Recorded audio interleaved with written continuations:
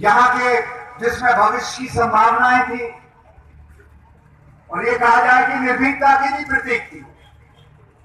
निकिता की जिस तरीके से जो हत्या हुई और जिस तरीके से उस हत्या को रोटी भुनाने का, राजनीतिक रोटी भुनाने का कुछ लोग काम कर रहे थे। कल्पना कीजिए, किसी के परिवार में अब जाते हैं कि दुखद घटना होती है, संवेदना प्रकट करते जाते हैं, घर से निकलते हैं, 10 कदम निकलते हैं, वहां पर मुर्दाबाद के नारे लगते हैं, क्योंकि उन्हें कल्पना नहीं थी कि प्रदेश अध्यक्ष और हम लोग वहां पहुंच जाएंगे संवेदना प्रकट करने। उन्होंने कहा उनके हाथ से तो राजनीतिक मुद्दा ही छिन गया और हमला किया। जहां हम महिला की, जिसकी हत्या हुई, महिला सशक्तिकरण का ये, मैं उसके प्रति, उसके परिवार के प्रति संवेदना प्रकट करने गए थे। वहां एक महिला के साथ जो दुर्भावना से भरपूर था व्यवहार भारतीय जनता पार्टी के लोगों ने किया। ये भारतीय संस्कृति और नारी सम्मान की परंपरा के बिल्कुल विपरीत था। उसकी जितनी भर्त्सना की जाए, आलोचना की जाए, वो कम है। मैं आज यहां पर आप सब लोगों से ये कहना चाहता हूं साथियों, मुद्दे अनेक हैं। हरियाणा का वो दौर भी देखा है आपने, जिनको मैंने समर्पित यहां के आपके अपने लाडले, जिन्होंने यहां पूरा हरियाणा को विकास दिया। चौधरी बंसीलाल जी का भी आपने कारगुजारियां देखी है। और आज जो इस प्रदेश के साथ दुर्व्यवहार हो रहा है और मुख्य रूप से जो किसानों के साथ बीत रहा है,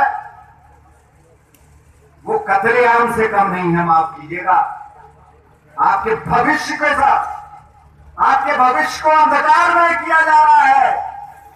आपके भविष्य को ये कहा जाए कि पूंजीपतियों की झोली में धकेला जा रहा है, तो ये कोई अतिरंजित और अतिशोक्ति नहीं होगी। इसको लेकर हम लोग निकले हैं, कांग्रेस पार्टी निकली है, हमारा नेता राहुल गांधी ने आह्वान किया और उसने कहा है कि सत्याग्रह कीजिए, कुछ भी कीजिए, आखिरी सांस तक इन किसानों के साथ टांग से टांग बांधकर जब तक इस आंदोलन में, इस बिल में संशोधन न हो जाए, तब तक आपको इनकी आवाज को न सिर्फ उठाना है, इनकी आवाज को बुलंद करते हुए ऐसा करना है कि पूरे हिंदुस्तान में गूंज जाए।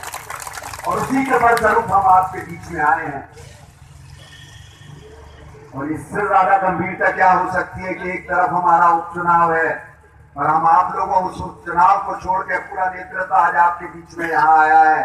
ये हमारी गंभीरता को दर्शाता है, उसको प्रदर्शित करता है कि हम लोग जहां एक तरफ भारतीय जनता पार्टी के नेता आदरणीय प्रधानमंत्री जी कहते नहीं थकते थे, पहले तो नारा दिया था, याद होगा, 2020 तक किसान की दुगनी आय कर देंगे, फिर उसे परिवर्तित किया 2022 तक। और आज मैं पूछना चाहता हूं, स्वामीनाथन रिपोर्ट तो छोड़ दिए, C+3 के फॉर्मूला को तो छोड़ दीजिए, कितनी वृद्धि हुई किसान की आय में? दुगनी को तो छोड़िए, और दुगनी को 3% मात्र 16 से 2016 से। बीमा फसल योजना की बात की थी, 2018 के आंकड़े हैं, 25,500 करोड़ बीमा फसल योजना में जमा हुआ। किसान के पास गया सिर्फ मात्र 6,500 करोड़, बाकी बीमा कंपनियों की जेबों में गया।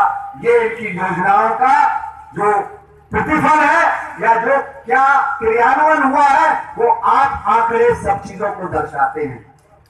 आज न्यूनतम मूल्य की बात करते हैं। आज मैं आ रहा था तो चुनावी सभा में आदरणीय मुख्यमंत्री खट्टर जी का उद्बोधन सुन रहा था।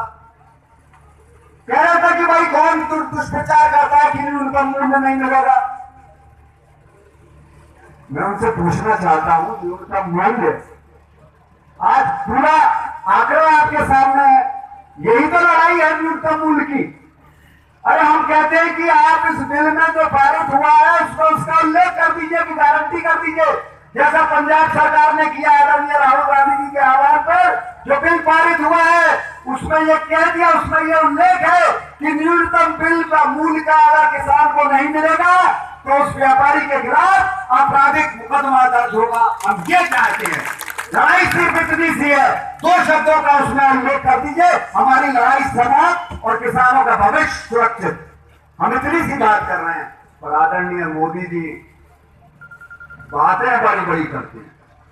जुमलेबाजी में तो यहां आएंगे तो आपसे शायद अपनी जिंदाबाद के भी नारे लगवा जाएंगे, पर बाद में 5 दिन बीतेंगे, 10 दिन बीतेंगे तो फिर आप खुद ही कहेंगे कि अरे बाप जादूगरी किया। जादूगरी में उसका जवाब नहीं, पर ठोस जो कहते हैं ना, ठोस बात उनसे कोसों दूर रहती है।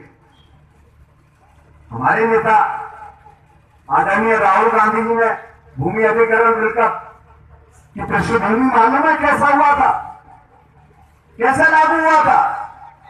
किसान गए थे। मैं अलीगढ़ से आता हूं, उत्तर प्रदेश की धरती से।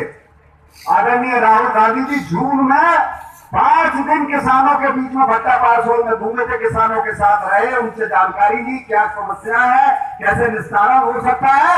और उसके बाद जो भूमि अधिग्रहण बिल पारित हुआ, उसमें उन सब समस्याओं का निस्तारण करते हुए उसे समावेश किया गया। और तब इस तरीके से होता है कार्य, इस तरीके से जनता की बात सुनकर उसका संज्ञान लेके सिर्फ भाषणबाजी तक सीमित न रह के, बल्कि उसको जमीन पर उतारा कैसे जाता है, वो हमारे राहुल गांधी ने दिखाया।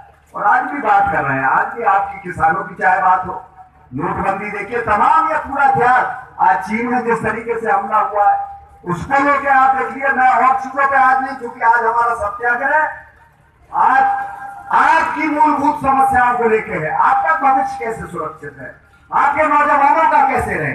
नौजवान जिनके रोजगार की बात की गई थी, 2 करोड़ रोजगार की, आज मैं पूछना चाहता हूं क्या आपके बच्चों को रोजगार मिल पा रहा है? रोजगार की बात होती है तो पकौड़े बेचने की बात आदरणीय मुख्यमंत्री, आदरणीय प्रधानमंत्री जी करते थे। क्या ये शोभा देता है? किसी भी जो सर्वोच्च पद को सुशोभित करता है, क्या उसको ये शोभा देता है ये कहते हुए कि पकौड़ा बेचना भी रोजगार है? ये सब चीजें हमें समझनी होंगी। देखिए, मुझे आभास है 2014 का चुनाव रहा हो, 2019 का चुनाव रहा हो, आप लोग बहक गए थे। पर बार बार जो बैठता है, जो मूर्ख बनता है, उसे क्या कहते हैं वो आप लोग ही जानते हैं। एक बार बन जाओ, दूसरी बार भी नहीं बनना चाहिए, और दूसरी बार के बाद तीसरी बार तो कतई नहीं बनना चाहिए। जो चतुर व्यक्ति होता है वो तो दूसरे को मूर्ख बनते देखते हुए ही उससे ही सबक ले लेता है। तो मुझे पूर्ण रूप से विश्वास है। क्या नारा दिया था कि अच्छे दिन आएंगे? अच्छे दिन आए कि नहीं आए, आप ईमानदारी से बता दीजिए। जो जीरा आपका 4,500 रुपए बिकता था 2016 में, तो 2014 में, 13 में, वो आज क्या हिसाब बिक रहा है? 2200, 1800। हमारे उत्तर प्रदेश में तो 1800 बिक रहा है, तो 1600 भी बिक रहा है। तो ये सब बाजरे का देख लीजिए, कांग्रेस के शासन का। मैं तो देखिए आंकड़ों की बात कर रहा हूं, वास्तविकता की बात कर रहा हूं, तथ्यों की बात कर रहा हूं। बड़ी बड़ी बातें नहीं कर रहा कि अच्छे दिन आएंगे, 2 करोड़ रोजगार लाएंगे, काला धन वापस लाएंगे, नोटबंदी लागू कर देंगे, तरह तरह की किस तरीके की। कोविड हम 21 दिन में समाप्त कर देंगे, महाभारत 18 दिन में समाप्त हुई। बोला था कि नहीं बोला था? और आज हम किस दौरान पर खड़े? जवाब जी,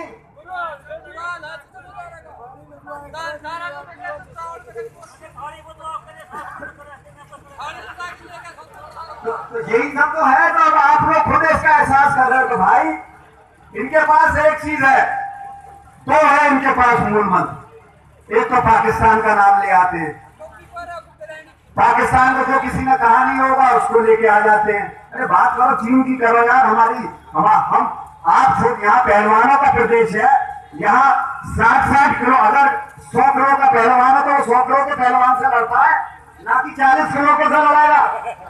आप 100 किलो के और 40 किलो के पाकिस्तान से लड़ने की बात करते हो। अरे 100 किलो के चाइना से लड़ने की बात करो, तो दमदारी की बात है, तो 56 इंच का सीना है। वरना हमारी स्वर्गीय नेता इंदिरा गांधी जी, जिनका शहादत दिवस में मारे हम लोग, उनकी देखो, उनका था जीवट वाली महिला थी सही माने में। क्या क्या हरित क्रांति किसके समय में आई आपके यहाँ जब हुई थी 1966 में? उन्होंने क्या उनका योगदान रहा? बैंकों का राष्ट्रीयकरण किसने किया? उन्होंने किया।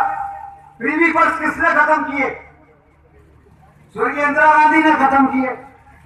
और तत्कालीन में उन्हीं का वारिस है राहुल गांधी। ये समझ लीजिएगा।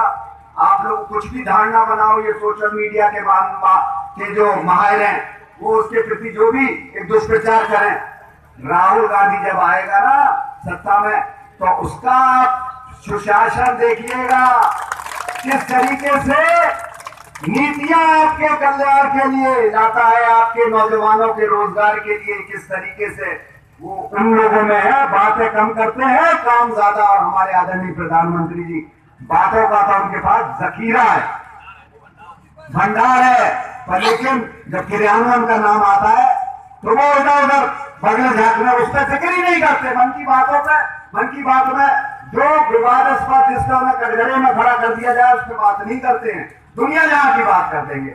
अल्लाह वो कहते हैं ना, तू इधर उधर की ना बात कर, बता कि कारवा क्यों लुटा। मुझे रेजनों से रेज नहीं, तेरी ड्राइवरी का सवाल है। तो मैं इसी के साथ साथ साथियों, आप लोगों की जिंदाबाद, पाइंदाबाद। बहुत आप सब लोगों का भविष्य उज्जवल हो, और वो तभी होगा जब कांग्रेस पार्टी और राहुल गांधी का बीच में आएगा। बहुत बहुत धन्यवाद।